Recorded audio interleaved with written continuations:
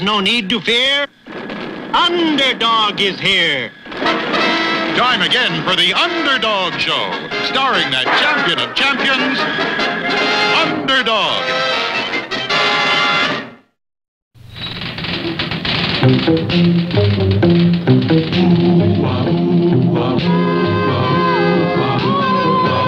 When criminals in this world appear and break the laws that they should fear and frighten all who see or hear, the cry goes up both far and near for Underdog.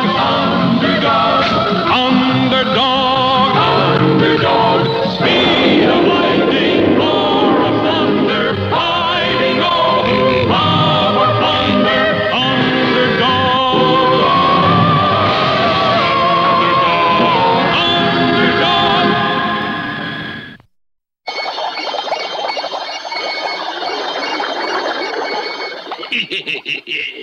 This discovery will make me the biggest man in the world. Pure, distilled, shrinking water. What's it do? Do?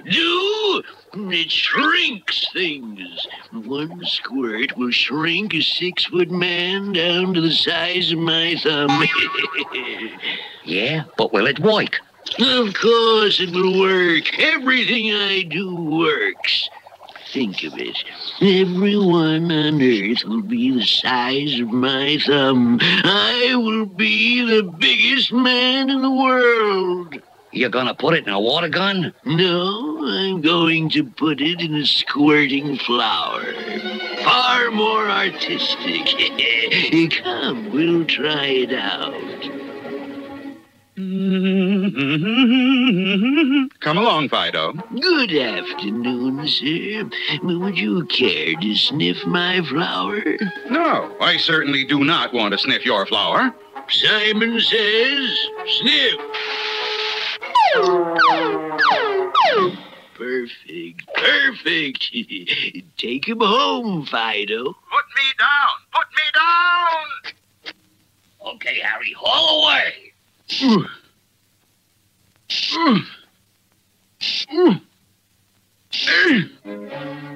Pardon me. Would you care to sniff my flower? What? Are you some kind of character? Can't you see I got my hands full? Beat it! Simon says, sniff.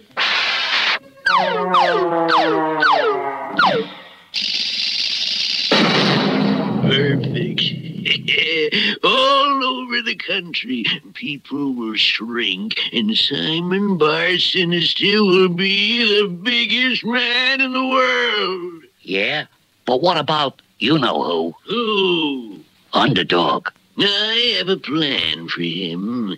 We'll capture Sweet Polly, and then when Underdog comes to rescue her, sing! He'll shrink until he's no bigger than a hot dog.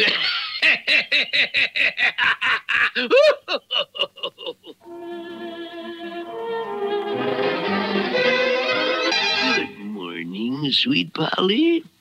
Care to sniff my flower? Simon Barsinister, get away from me with your silly old flower.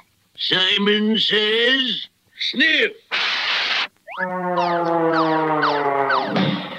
Now, me proud beauty. Scream good and loud so Underdog can hear you.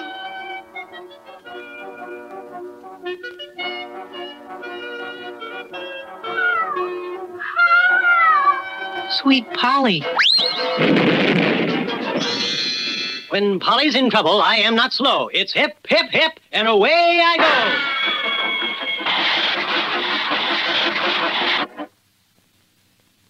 go. Well, he should be here any minute now. There's no need to fear. Underdog is here. Help! Help! Care to sniff my flower? I have a feeling there's a trick. To rescue Polly, I must be quick. Simon says, sniff. Will the shrinking water shrink Underdog? Will he finally be in Simon's power? There's plenty of excitement ahead in our next episode.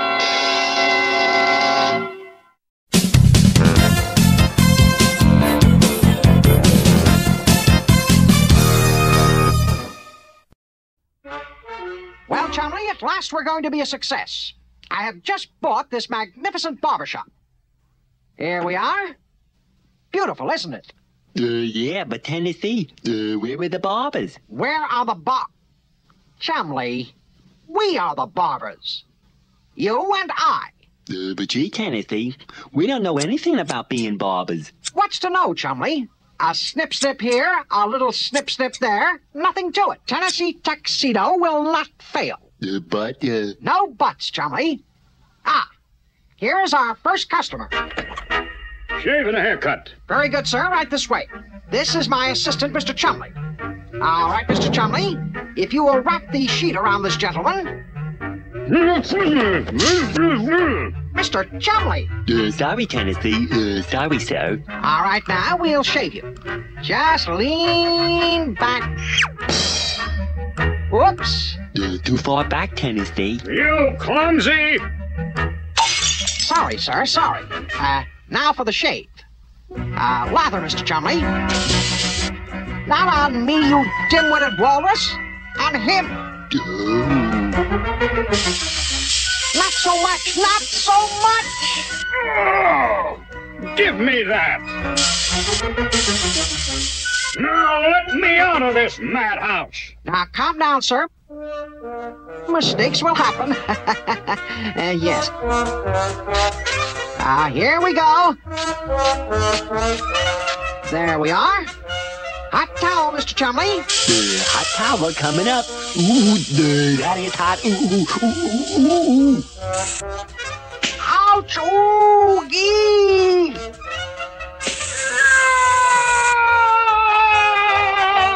Now, easy does it. There we are.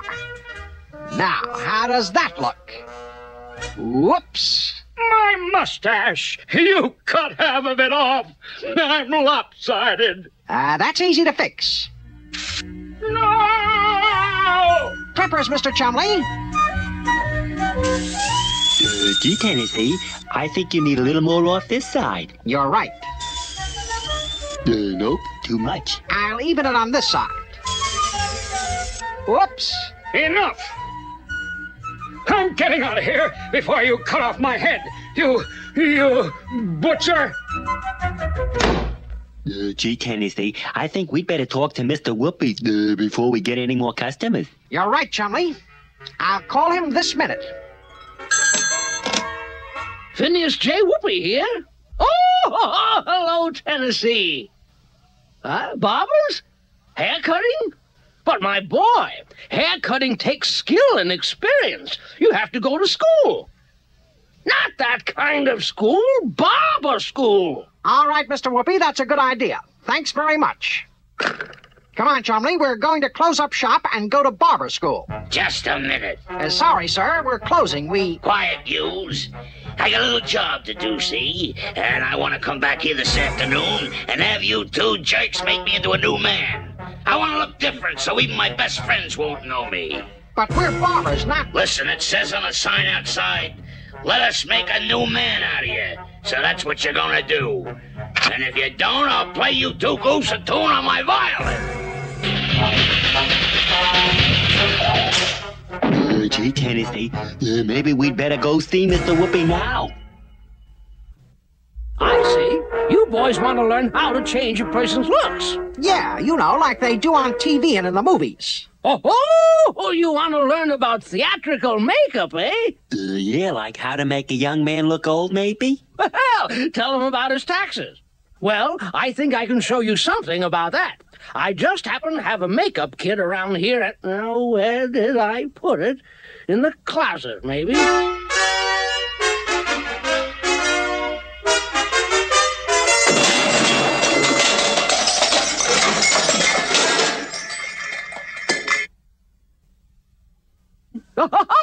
Yes, here it is. Now, let's suppose we use this statue of a young man for our demonstration. First, I think we ought to change his nose. For that, we'll use something called nose putty. It sticks to the face and can be molded into any shape we want. Ah, how does that look? Funny. Chumley. It does look funny now, but it won't when we're finished. Next, we'll put on a dark brown foundation cream. This will act as a base for bringing out wrinkles later on. Now we'll dust on plain powder to help the first coat dry, and now we'll apply a lighter-colored liquid makeup all over the face. We want him to look older, so we'll brush highlights on to accent the cheekbones and then put heavy shadows under the cheekbones, around the eyes and nose. We'll add the wrinkles with a dark pencil and... Hey, he's beginning to look like Abraham Lincoln. Ha-ha! Very clever. But what's missing? The hair and the beard. Precisely. So we'll paint along the jaw with some spirit gum. This is sticky stuff that will hold the hair in place, but will come off easily when it has to be removed. We'll just take pieces of artificial hair, glue it in place, trim it up, put on the wig, comb it properly, and whoopee! The young statue is now Old Abe. Old Abe? Gee, he looks so real. I think I'll ask him for his autograph. Chumley. A little respect, boys. Say, why don't you boys take my makeup kit home and try it out? Oh, boy. Phineas J. Whoopi, you're the greatest. Thanks a million. We'd better get back to the shop fast. That guy is due back from his job any minute. You'll never get me, coppers. Get me to that barber shop quick. The barber shop, boss. Yeah, those two goofs are gonna change my looks so the cops will never know me. Hurry up. Here he comes now. Okay, you guys, get to work. Make me look different. We're all set, sir. Crank him up a little, Chumley. Get me down from here, you bird brains. All right, Chumley. Start handing me the makeup. Hey, what are you guys making me look like, huh? A handsome movie star, huh? You'll see, you'll see. Tennessee tuxedo will not fail. There we are. How's that? What? Cops! All right, my name's Rocky Maninoff, see? And I'm the big bank robber. One false move and you guys get it first, see? Sure. Sure, Mr. Maninoff. Sure. Tennessee and Chumley. Say, have you seen a bank robber come in here? He came this way. Gee, Sergeant, there's nobody here but this gentleman. Our first customer. Oh, I see. You look familiar, fella. Ah, yeah, that's right. Of course. You're Abraham Lincoln. Abraham Lincoln. It's him, Maninoff.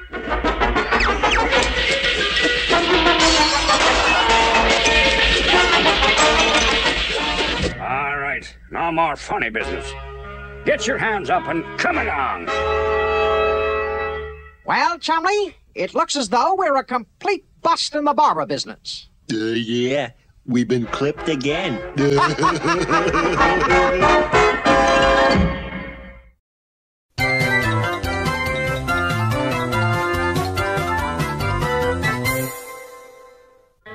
It had been a difficult year for King Leonardo and his true blue companion, Ori Coloni. Leonardo's no-good brother and the infamous Piggy Rat had hatched plot after plot to take over the kingdom. They tried everything. They tried to hang Odie. They dumped the king over a cliff. But the king and Odie always triumphed until at last it seemed as though Biggie and Itchy had given up. But had they? As the sun was shining down on the peaceful little kingdom, Biggie and Itchy were in their dark basement hideout plotting a sinister plot. Now, here's what we're going to do, see? When Kingsley and Coloni come out of the palace, we... Pay attention when Biggie talks, see? But gee, Big, it's a real cool book about this lion character who's a coward and... What did you say? It's about this lion who's, like, scared all the time. That's it. You call Kingsley a coward, see? He challenges you to a fight. He loses, and we get the kingdom. Yeah. I'll give me all one, too. I'll like, dazzle him with footwork, and then, Listen, chump. A royal fist would flatten you in the first round. We got to make sure he gets clobbered. So here's the plan. First... Unaware that a plot is being plotted against him, King Leonardo is busily going about his business of running the kingdom. Your Majesty! Your Majesty! Oh, True Blue Odie, just in time. Look, a new double eagle stamp from Zamboango. Oh, very nice, Your Highness, but... Why, what's the matter, True Blue Odie? Oh, trouble, sire. They're saying you're a coward, sir. Who would dare? Oh, I'm not sure, sire, but it's all over town. Come and see for yourself. Kingsley is a coward. Monstrous. The king is a great big scaredy cat. Who did this? I'll have him thrown in the dungeon. Now listen, you mugs. This is Biggie talking, see? I say the king's a coward, and who wants a cowardly king? Nobody, see? Now here's a real king type. Brave, courageous, and true. Itchy Brother here is going to challenge Leonardo to a fight. And then you mugs can see what a big coward Kingsley is. Tell him, Champ. Okay, Pig. I say my royal brother's a scaredy cat and a coward and I challenge you to a fight. Gee, Pig, what do I do now? Say you'll fight. Yeah, but, Pig, you said yourself he'd murder me. I'll do worse than that. Say I'll fight you, bonehead. I'll fight you, bonehead! Bonehead? Let me at him. Put him up! Put him up! Not so fast, Kingsley. This has got to be done all legal-like. According to the rules, my boy can choose the kind of fight he wants. Huh. Boxing, wrestling, jiu-jitsu, choose any or all. He chooses all. Hey, Big, wait! Quiet, Mallethead. Okay, you guys, the fight's tomorrow. I want all you mugs here, see? I'll be here. Come, Odie. This is beneath my royal dignity, but the royal honor is at stake. Spoken like a true king, sire. But somehow I feel all is not right. It certainly was not. For even then, Biggie Rat was explaining the evil plot to Itchy Brother. Biggie always does things in a big way, see? I want you to meet a pal of mine. What's that, Big? That's Terrible Tim, a torpedo from the old mob. Want to take your place tomorrow, see? If Kingsley gets scared and runs away, we take over. If he fights Terrible Tim, either way, you'll be king, and I'll be running Bongo Congo. It looks bad. Will Terrible Tim torpedo Leonardo? Will Biggie and Itchy finally get the throne? We'll find out in the next exciting episode, Ringside Riot.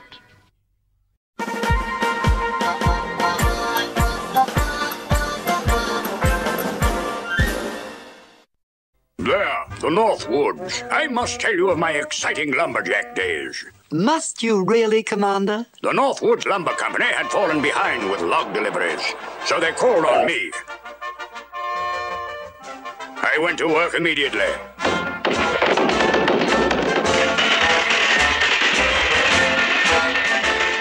In no time, we were getting back on schedule. When... Log jam! Log jam! I rushed to the scene. Making sure I was alone, I whipped out 20 sticks of dynamite and lit the fuse. Suddenly, a heavy log rolled down and caught my foot. I couldn't move.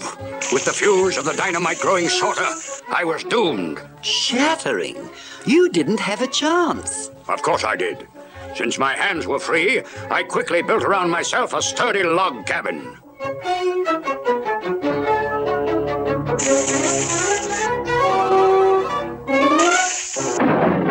The log jam was broken up completely, but my log cabin had protected me. It floated to shore. The men freed my foot, and all was well. Commander, you really put your foot in it that time. Quite.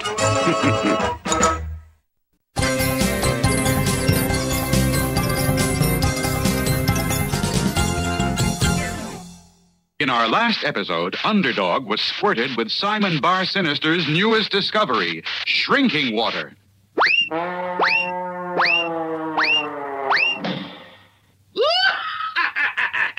At last, I have you in my power, Underdog. Into the cage. Now I'm going out and become the biggest man in the world.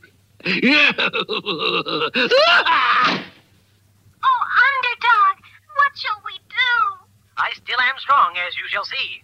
I'll bend the bars and set us free. My hero. You stay here, all safe and sound, while I go down and look around. I'm coming with you. Catch me, Underdog.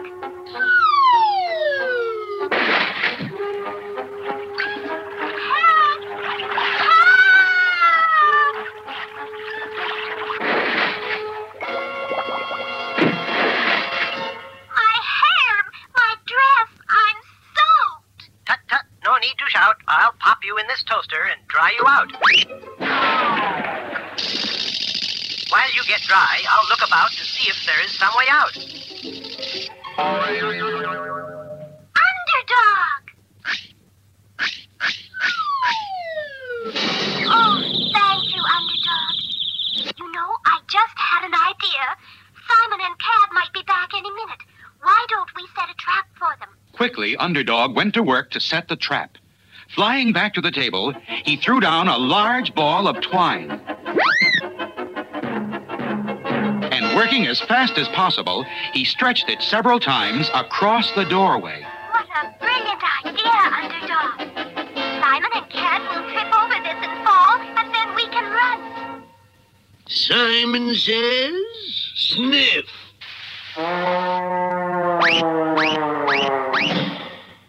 Simon says, sniff.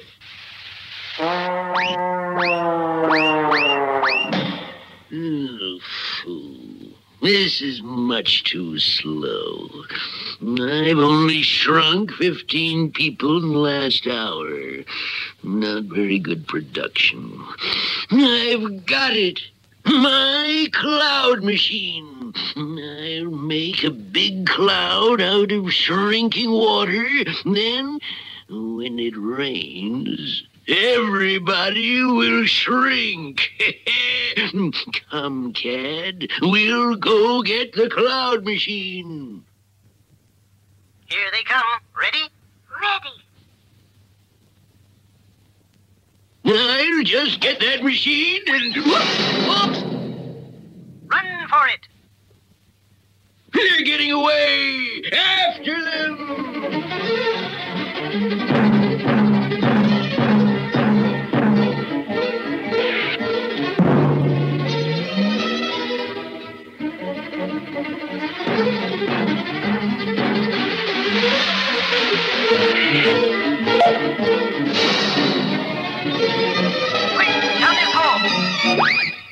Hey, they ducked down this hole. Good. We'll just push a rock over the hole, and that will take care of them.